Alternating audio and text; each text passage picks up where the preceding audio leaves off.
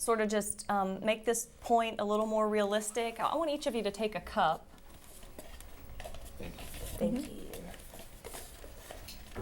And do you have a pen or a pencil? Okay, go ahead and take one of those. Thanks. One for you. Oh, JP's got one. Okay. I want you to take your cup and I want you to think about, we've all been talking about things that we don't necessarily like about ourselves or problems that we have. And if you think of this cup as your self-esteem, if we had a pitcher of water and we poured into that, what would happen with our cup? Fill up. Yeah, it would fill up. And when our cup is full, we feel good about ourselves. We feel pretty confident, feel like we can have a good day. But each of you have been talking about something that you don't feel good about yourself. That affects how you, function here at school and how you feel about your day and how your day then goes. I want you to take your pencil and I just want you to punch the holes in your cup that represent those things that you don't like about yourself. Because if I poured water in this cup now, what would happen? It's going to go out. Right, it's going to run out. And that, I think, is what's happening to you all, is you have holes in your cup. And so even when teachers or administration or your friends try to pour in and say, oh, Jen, you look nice today, or, JP, even when we try to be encouraging, what happens? When we pour into that, if you have holes, it just... Water comes out. Yeah, it just drains out. So take your pencil and think, what are the holes in my cup? What are the things that lead me to not feel good about myself? And then take your pencil and just punch those. Do you want us to label them?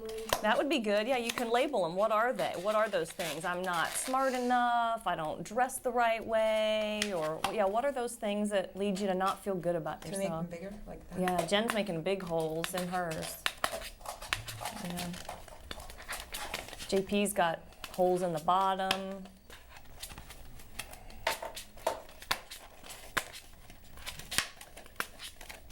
Make little holes too? You can make little holes, sure. But now I want you to think, what are those holes? And we're going to talk about that. So just write a little note about what that hole is. Is it grades? Is it smart enough? Is it looks? Is it stuff that goes on at home? What is it?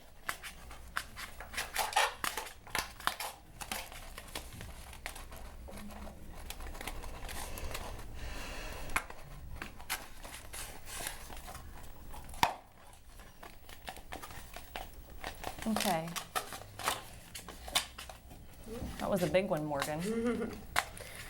I was going to tear up the whole cup with this one. Okay, so what are some of the holes in your self-worth? What are some of these things that lead you to not feel very good about yourself?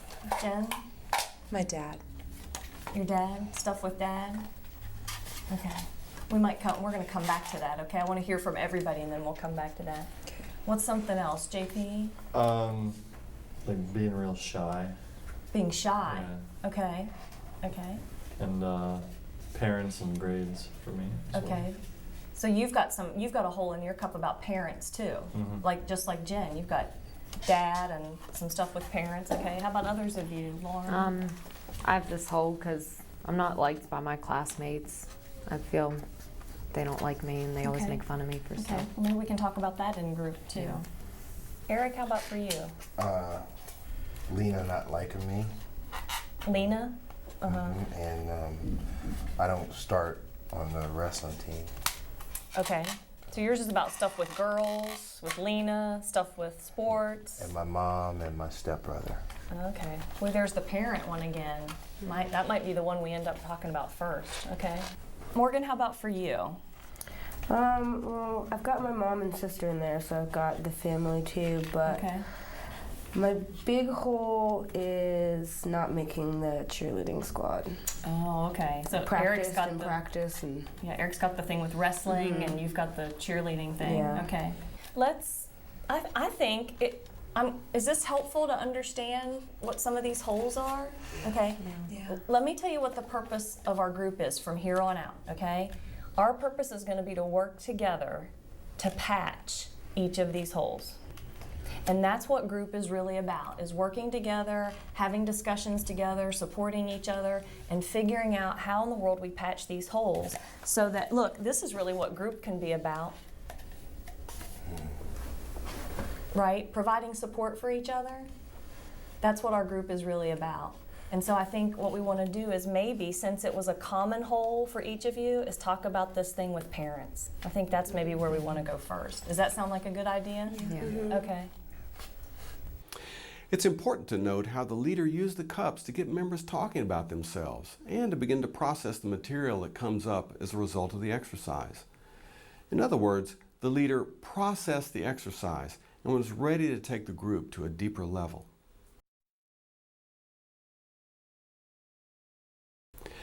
Next, the use of the small chair can be a very powerful exercise to get members talking about themselves in a deeper way. I'm just a little concerned, with Thanksgiving break coming up, that, every time I go home, like, it seems that it's just like I'm back in high school again. And, my mom and I have the same fights. I feel like, will she ever realize that, like, I'm not, like, 14 Hang on, let anymore, me pick up you on know? what you're saying, because I think this is good. I want all of y'all to think about this, because I think when you go home, do you end up in the little girl seat? Yeah. And I want a lot of y'all to think about this. I see a lot of smiles. It could be when you go, we can go for a long time on this.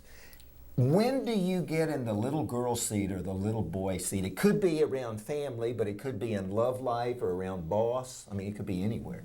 Well, for me, I definitely can relate to Fran. I know when I'm around my mom that even though she means well, some of the things she says are really, they put me right there. And she would end up comparing me to my older brother or my younger brother, and I feel like I'm right there and not quite good enough. She said comparing to the brothers, and mine's with my sister. I just never feel like I'm gonna achieve. Do you feel in the little seat? Yeah, when I'm around her, yeah. Totally. Does that seat have much power? Just looking at it, what? Go ahead, Jen.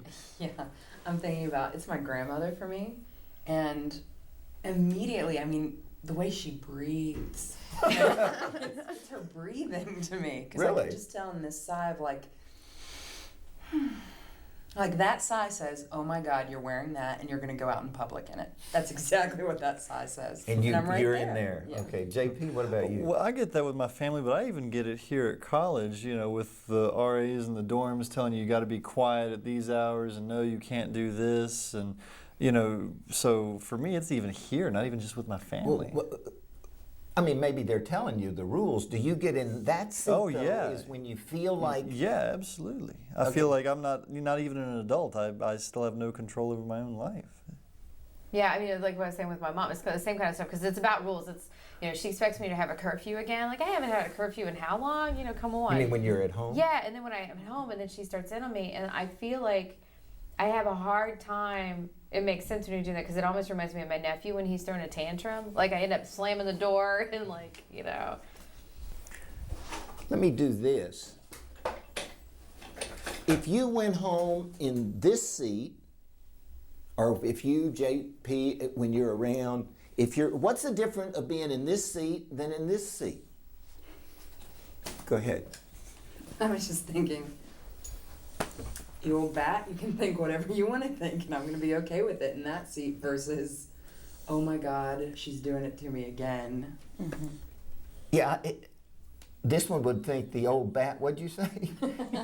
They're like, she's just going to be who she is. Right. That's her routine. That's what she does, and I can be okay. Remember that line about expectations in line with reality? When you go home, that's how your grandmother's going to be. Right. But I so want my mom to behave, to finally get it, It's frustrating when I go home and she still doesn't get it that I'm not that young. Okay, how do you do that? Let's say your mother doesn't get it. How Yeah. do you stay? Can your mother make you go to that seat?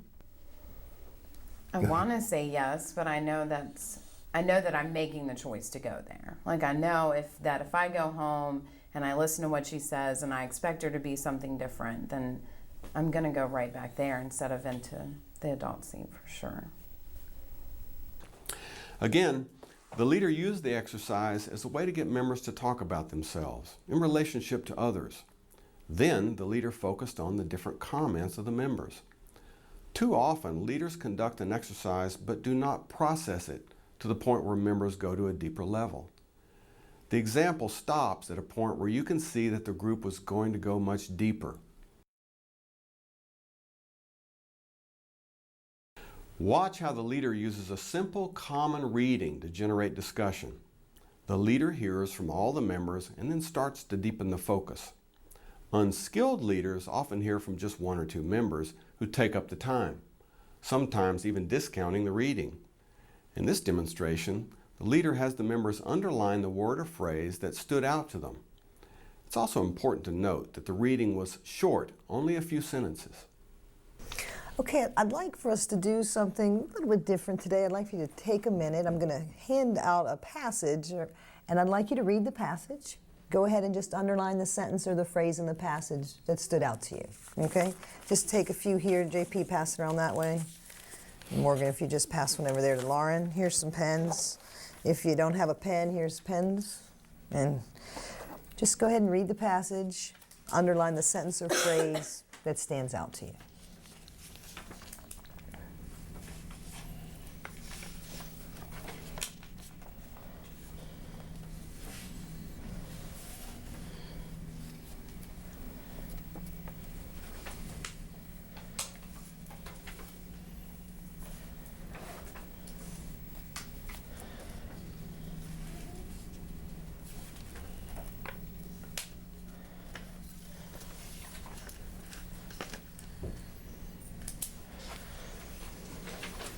Everybody have enough time? Okay. What sentence or phrase stood out? Anybody like to start or share I'll start. that you underlined? Okay, Morgan, what did you underline? Well, in the first sentence, when it talks about dedicating their lives, that just really stood out to me because when you think about dedication, you know, usually it's a positive thing or something that you really enjoy, but that's kind of what this has been like. All of the shoulding that I've been doing is really taking up so much of my life, and in a negative way. So you're connecting that's the dedication went to the shoulds instead of how could you reframe that? And hopefully here in group, that's really what we're going to work on, is to reframe those shoulds and let them come from the dedication piece that's going to be helpful to your life. Okay. How about some others? What did you underline, a sentence or a phrase? I underlined the curse of the ideal, because I feel like I keep trying to make myself this maybe like something I'm not, and that's what keeps cursing me, if you would. Is there someone else that related to that sentence? Because I just saw you. The sentence right after that, the curse that you should not be what you are. Okay, yeah, that's. I have one on the same thing, but most people only live their life for their image. That's what I had. That's what you had too, Jen. Yeah. That's big for me. I feel like I've had to do, but never actually be. You know what I'm saying? You're relating that to, as well, the difference between doing and being, because I know we touched on that a little earlier in last session, but that's a different type of lifestyle, isn't it? Just the doing and would you like to say a little bit more on that, Jen? I think you said it pretty well. Okay. Yeah, that's what I'm feeling. Yeah.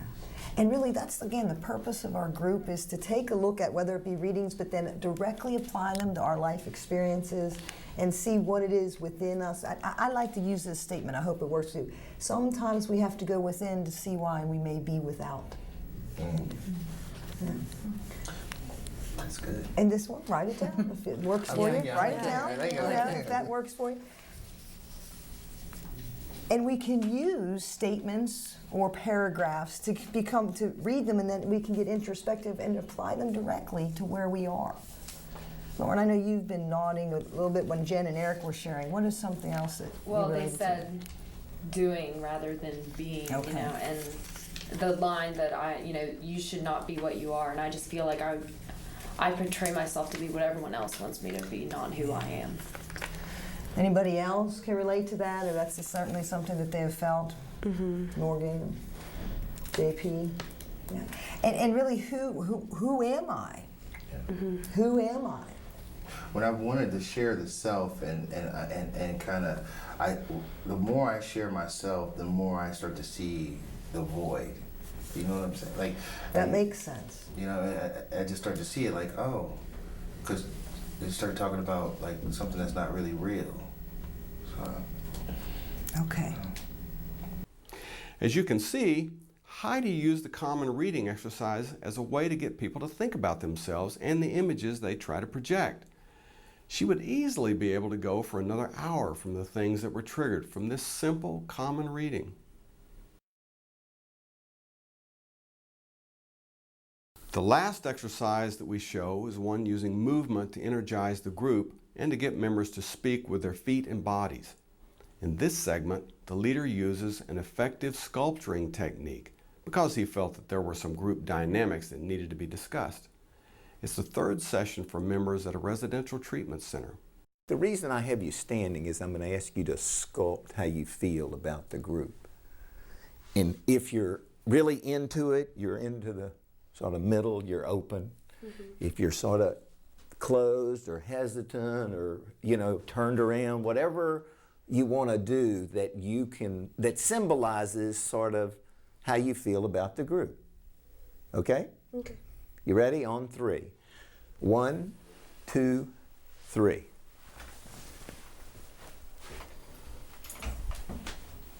Wow. Let me just start. There's a lot of things. What does yours mean? I just don't know that I can trust people. You know what I mean? Like, I don't feel like I can necessarily say what, might really be going on because I'm not sure it'll really. So your hand up here is Yeah. what? I'm not saying anything. Okay. And that. What is yours? I feel really comfortable. Like, I feel pretty relaxed in here. And open. Yeah. Okay, so you're open. Morgan? I'm kind of half in, half out. I feel somewhat comfortable, but What would help you to get, because the goal of this is and I'll get to you in a second, Joe, it's to see if we could get everybody sort of at least turned, hands down, instead of half in. What would it take for you to be all in? I think just getting to know everybody better and having that trust there and knowing that everybody is on the same page kind of thing. And what could we do? What could we sit around and talk? This is helping, just having the conversation and knowing how people are feeling and where they're at as well. Okay.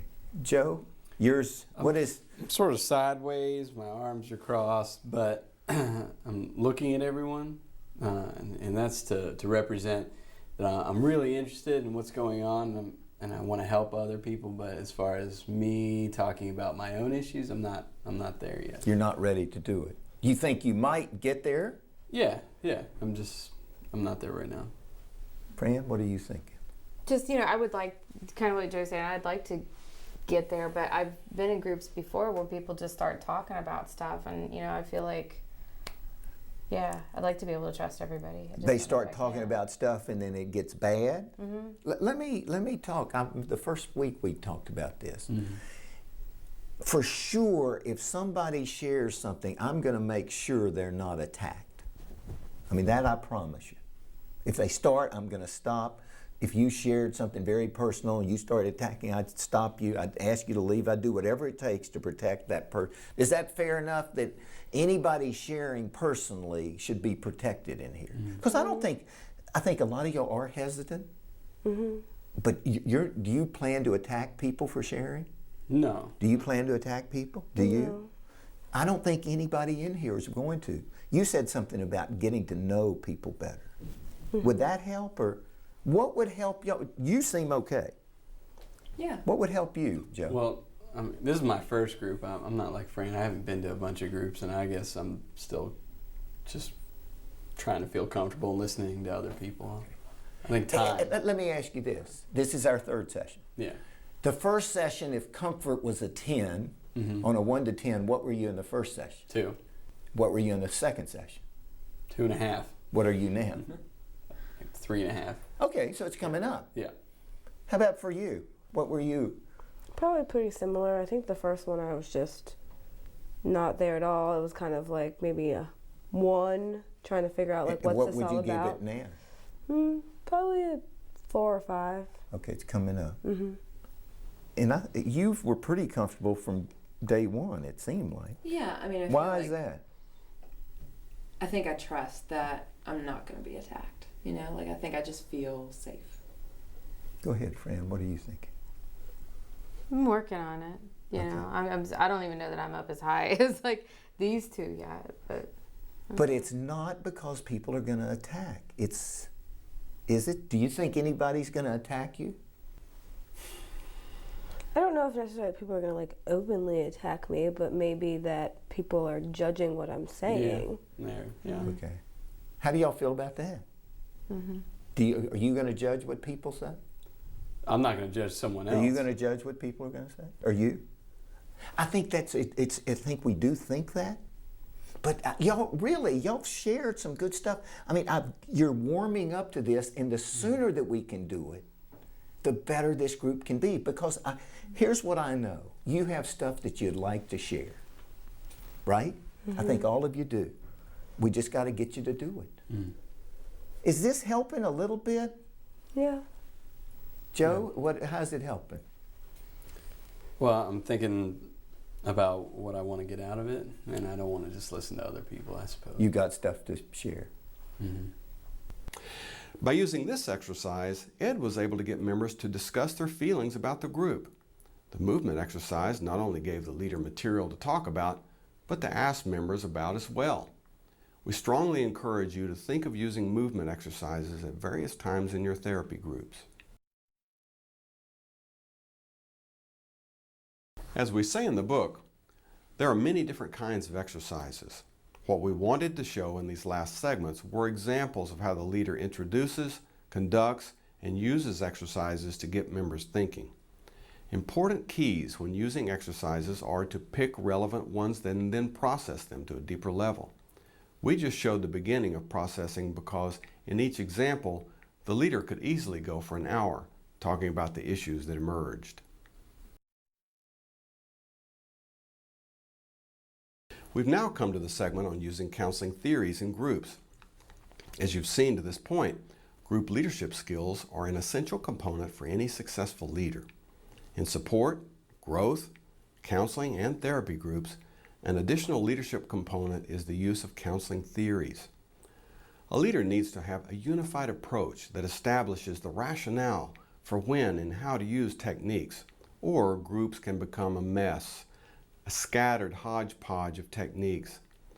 Counseling theories provide you with this unified approach and helps you to identify not only what needs to be addressed, but how to do it. There are dozens of sources that discuss counseling theories, so we'll not be covering the basic tenets here. Rather, our purpose will be to show you how to incorporate and use theories within our active approach to group leadership, where individual members are often the focus of attention.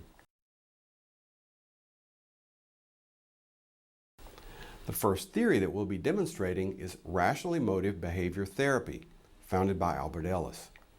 It's 30 minutes into the first session of a group on guilt. The leader uses REBT to teach and talk about guilt. So you all have done some really good work in group, and we've been talking about this issue of guilt, and the work that you're doing around guilt. And I wanted to sort of go over something here this evening that I thought might be helpful. And so in getting started with this, I want you to think about, where does your guilt come from? For example, if I was going to give you a test, and that one test question was, where does my guilt come from? Well, how would you answer that test question? My past. Your past? Okay, I'm going to list these up here. So your past, okay? Like things I've either done or haven't done. Okay. Yeah. What about others of you? Jen's saying her past. What about others? To my religion and my mom. Oh, okay. So mom. Some others of you have talked about guilt And my- related to mom too. and my right? religion. And Yeah. religion, okay. Mine's kind of not being a good mom. Not being a I good feel- mom. Yeah, I feel like I'm Okay. not being a good mom.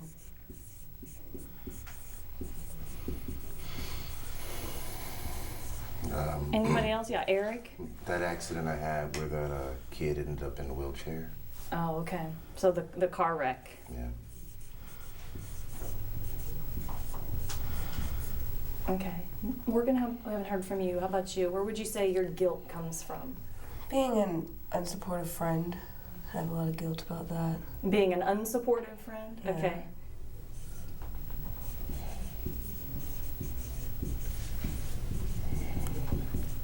Okay.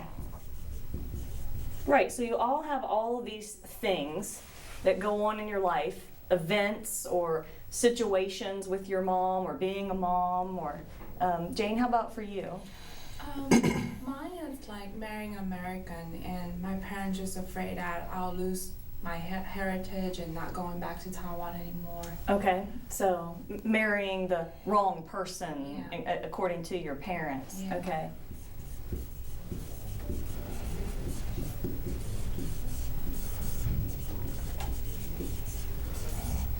Yeah, so events, you see how these are events or situations or things that go on in our life, marrying the wrong person, you know, the car wreck.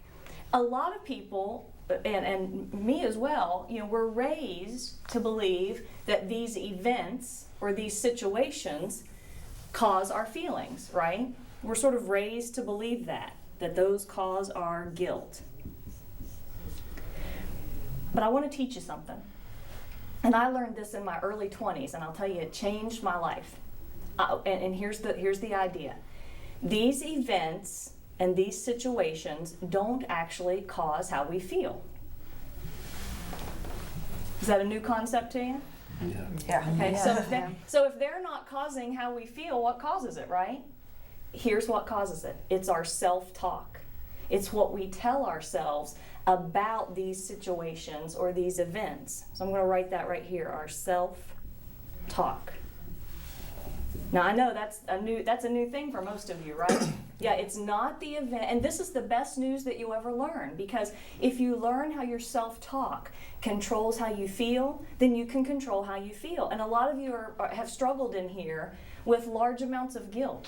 So if we understand what we tell ourselves about these events, then we can change it, because we can be in control of what we tell ourselves, right? Mm-hmm. We can control our thoughts. So let's take, for example, maybe Eric, let's go with yours. What do you tell yourself on a daily basis about that wreck? Let's just focus on that for a second, and we'll go around and we'll look at this for each of you. But Eric, what do you tell yourself about the wreck? I should have known better. Okay. That my life is over. I mean, as I know, is over. Everything is messed up. Everything is messed up. Okay. I'll never be able to get over this.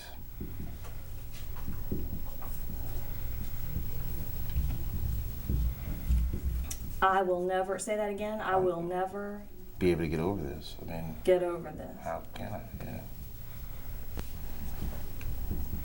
Okay. You see how that's what Eric tells himself. You do that every day, right? You get out of bed and you start running that sort of message in your head. Okay. If we can change what Eric is telling himself, then we can change the guilt that he's feeling. And let me say this to you. I'm not saying that we can get Eric to feel good about the car wreck, right? Mm-hmm. But do you think it's possible that Eric is telling himself some stuff that's not quite accurate, that might be leading to his increased feeling of guilt? Like, let's look at this one. I'm going to pick on this one first. I'll never get over this. I will never get over this. If Eric, if you keep telling yourself that, I think you're going to stay stuck feeling guilty, right? But let me ask, and I want you to watch when I ask this. How many of you in the group think that Eric could get over this and move beyond it? How many of you think that? Look at that, Eric. They think it's possible. Go ahead. What are you thinking? I mean, I shouldn't get over this. I mean, I changed somebody's life. I don't think I should get over it. How many of you think that Eric could give him that we should work to give Eric permission to get over this? Mm-hmm. Yeah. I mean, everybody makes mistakes. He made a terrible mistake, right? It was a car. What do we call them? Accident. An accident.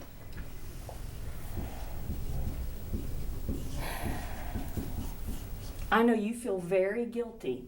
Our job and the purpose of this group is to help you feel what? Less guilty. Less guilty. Okay? I will never get over this. Let's do this again. That's not, we just decided that's not a true sentence. How can we make Eric turn that into a true sentence?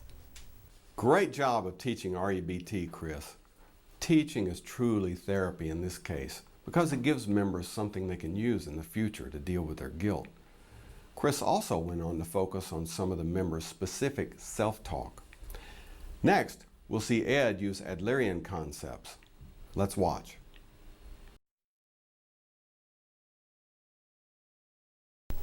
Let me talk about something that's different, I mean a little different. There was this famous psychologist, Alfred Adler, and he came up with the idea that your birth order really makes a difference. You know, are you the youngest, you the oldest, you're the middle? So I'm gonna, and he said that has as much impact on you as, you know, your parents.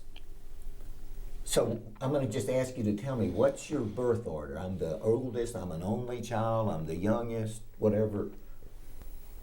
Morgan? I'm the middle child, oldest girl. Okay. Middle child, oldest girl. How many of you are middle children? Just me, you? I guess. Okay. Megan?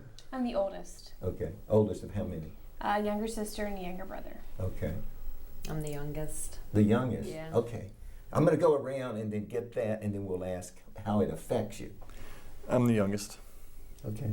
I'm the oldest. Youngest, oldest? Youngest. Okay. Here's the next question. How did this affect you? Just think, because being the oldest, how does being the oldest, that's different than being the youngest. What effect did being the youngest, you know, is it having on your life? Y'all are all juniors or seniors in high school. My brother wasn't around very much because he's 12 years older than me, So that would put you almost an only child. Yeah. Yeah, that would put you that. And what effect did that have? Well, since he wasn't around, I mean, I was basically the baby of the family. I got to do whatever I wanted. What about you being a middle child? What effect did that have? Well, I literally felt like I was always in the middle, kind of always mediating and kind of the go-between person because we're all 5 years apart. Okay, and you said you were youngest? Mine's more like irresponsibility and being a little more carefree because my older siblings had the responsibility part. Okay. Yeah, that's me. What? You no. miss responsibility? Yeah, I mean, my mom and dad worked a lot. They still do, and like when they were little, I had to take care of them all the time, and still do. And basically they get away with anything too, and I never did. Go ahead. Yeah. Y'all both smiling. Yeah. Go ahead. I was just gonna say, my brother, he's 7 years younger than me, so I was always the one taking care of him, and it's like he had two mothers, so he could get away with absolutely anything, and I had to be the responsible adult. Let me get you in, Joe, then, and I'm going to ask another question here. Go ahead. Well, I was your brother, basically. I was, you know. Gee, thanks. Yeah. I mean, I expected, you know, people to kind of take care of me, and being the youngest, like I got away with anything. Yeah. I really did. Yep. I still do. Yep. Here's a good question. How do you currently find your place in your family? Are you the smart one? You're the clown? You're the sports one? You're the dumb one? You're the mess up? You're the responsible one? How do you find your place? I'm kind of the clown, but you know, now I'm approaching graduation coming up, and I kind of want to be taken more as the responsible one because I never have been, and so I see myself as the clown. Yeah. But this is a good, important question. How do you find your place? I think for me, being the youngest and everybody else is already out of the house, I find that when we all get back together, it has to do with me. And so I don't know like how that relates to me finding my place, but I find that like I bring people together, the family together. But it is important. We each find our place somehow. Go ahead. Well, I mean, I think we talked. I'm the responsible one. I wish I could be the clown. Some days I wish that that's where I could be, but I'm not. Okay. When I say what impact, I mean, I don't know if this is really getting wheels turning in your head, but I think all of you ought to think, wow, my birth order matters. I mean, in my mind, because the oldest is often very responsible, the youngest is often irresponsible, or in the middle child often feels in the middle. So these are things I want y'all to think about. I mean, seriously think about. And the same thing is that question about how you find your place. Everybody wants to belong. That's a fact. And they figure out a way to find their place, either being the quiet one, the clown, like you said, you're sort of the clown. Is this interesting for you? I mean, what, are wheels turning or not? Go ahead. Yeah, but I mean, so what? You know, like, so what does it mean though? Like, what do I do with it? Okay, the first thing you do with it is you think, it's awareness of who am I, and so that you sort of, that's really what I'm trying to do in here, is get you to be more aware of who you are and why you are the way you are. That's what we're trying to do. As you can see, theory provides not only structure for the group, but gives group members concepts that can transfer for life outside the group. And this is the real purpose of groups, to help members in their everyday life outside the group.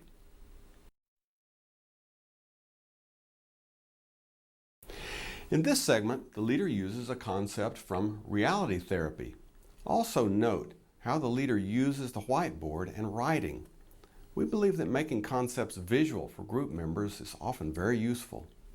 In listening to you all talk about your issues, I think there's something that I can show you that would really bring some clarity to the things that you've all been working on.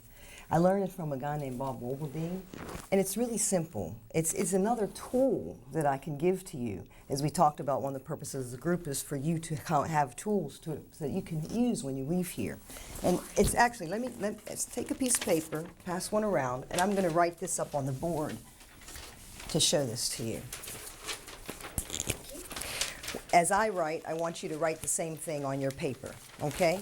I'd like you to go ahead and write these letters on your paper, just as I'm doing up on the board. W, D, E, P. Okay? The W stands for want. What is it that you really want? Okay?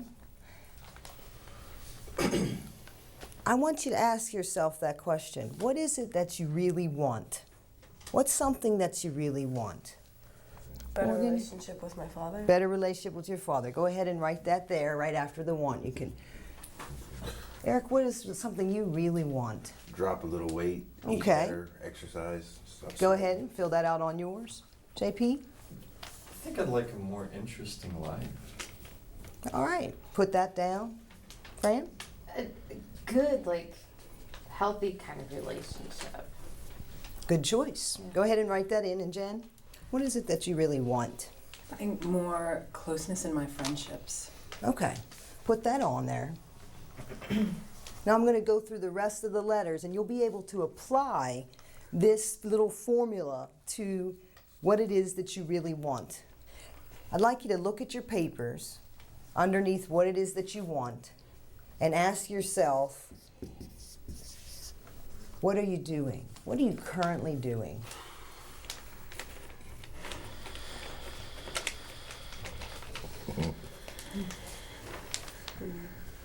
Okay?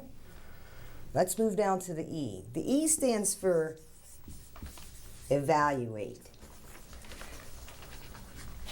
We're going to take some time here for in group, and we're going to take a look at, let's evaluate if what you're currently doing is really getting you what it is that you want.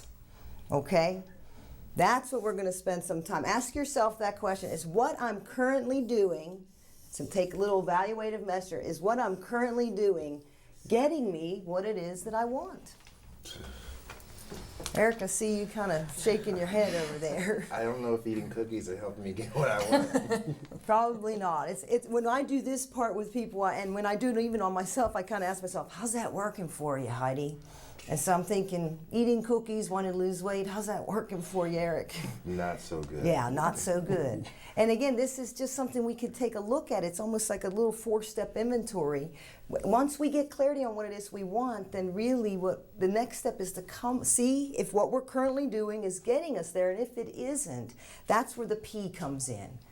And really, that's the purpose of this group, is for us to be able to come up with a plan. Go ahead and write plan on your paper to get what it is you really want. And sometimes that requires support, that requires some direction, new suggestions, building some new skills. Okay? Excellent work, Heidi, and thank you. we can't emphasize enough how important it is for a therapy group leader to be able to use a theory with the members' issues. We have found that many graduating students are unfortunately lacking in theory. We urge you to seek additional workshops to solidify your use of theories. The use of theories in groups is a natural lead-in to the next section, conducting therapy in groups. Everything you've observed and learned thus far has brought us to this point.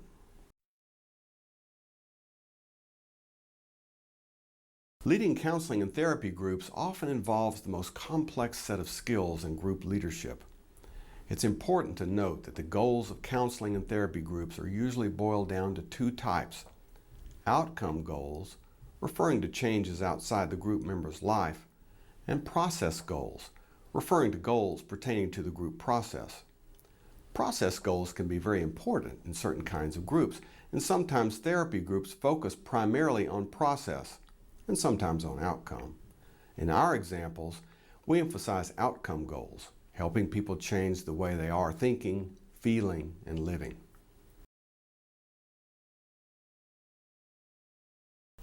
In this first demonstration, it's the fourth session of a group of people in recovery. The leader demonstrates a number of techniques that can be used to involve everyone. Also, the leader deals with a reluctant member.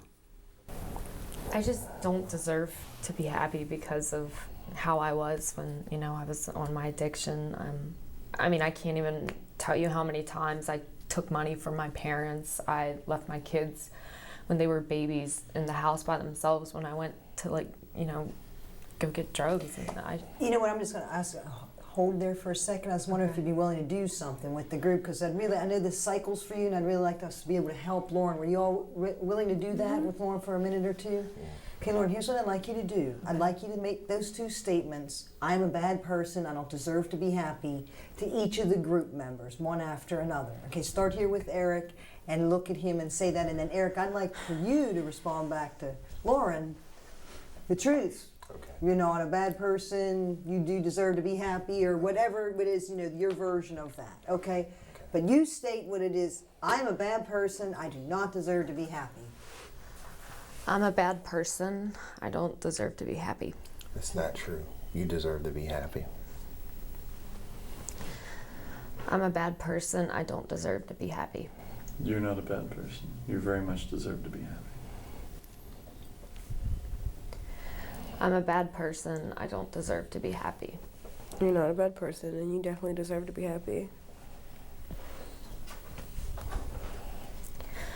I'm a bad person, I don't deserve to be happy. It's not true, and you do deserve happiness. How many of you have all ever been in the space where Lauren is right now? Only totally. Yeah. And a lot of it, I don't know, for some of you, did it come down to that self-forgiveness, that forgiveness of self for some of the things that you did do while you were in your active addiction? Yes.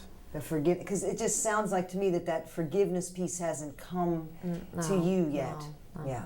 And you're focusing on what you did, and then you conclude something about yourself as a result, and there's no forgiveness whatsoever. A lot of times, it's easier for us at first to forgive somebody else, or how they look back at you and said, hey, you're not a bad person. And that we see through the eyes of someone else. But I'm just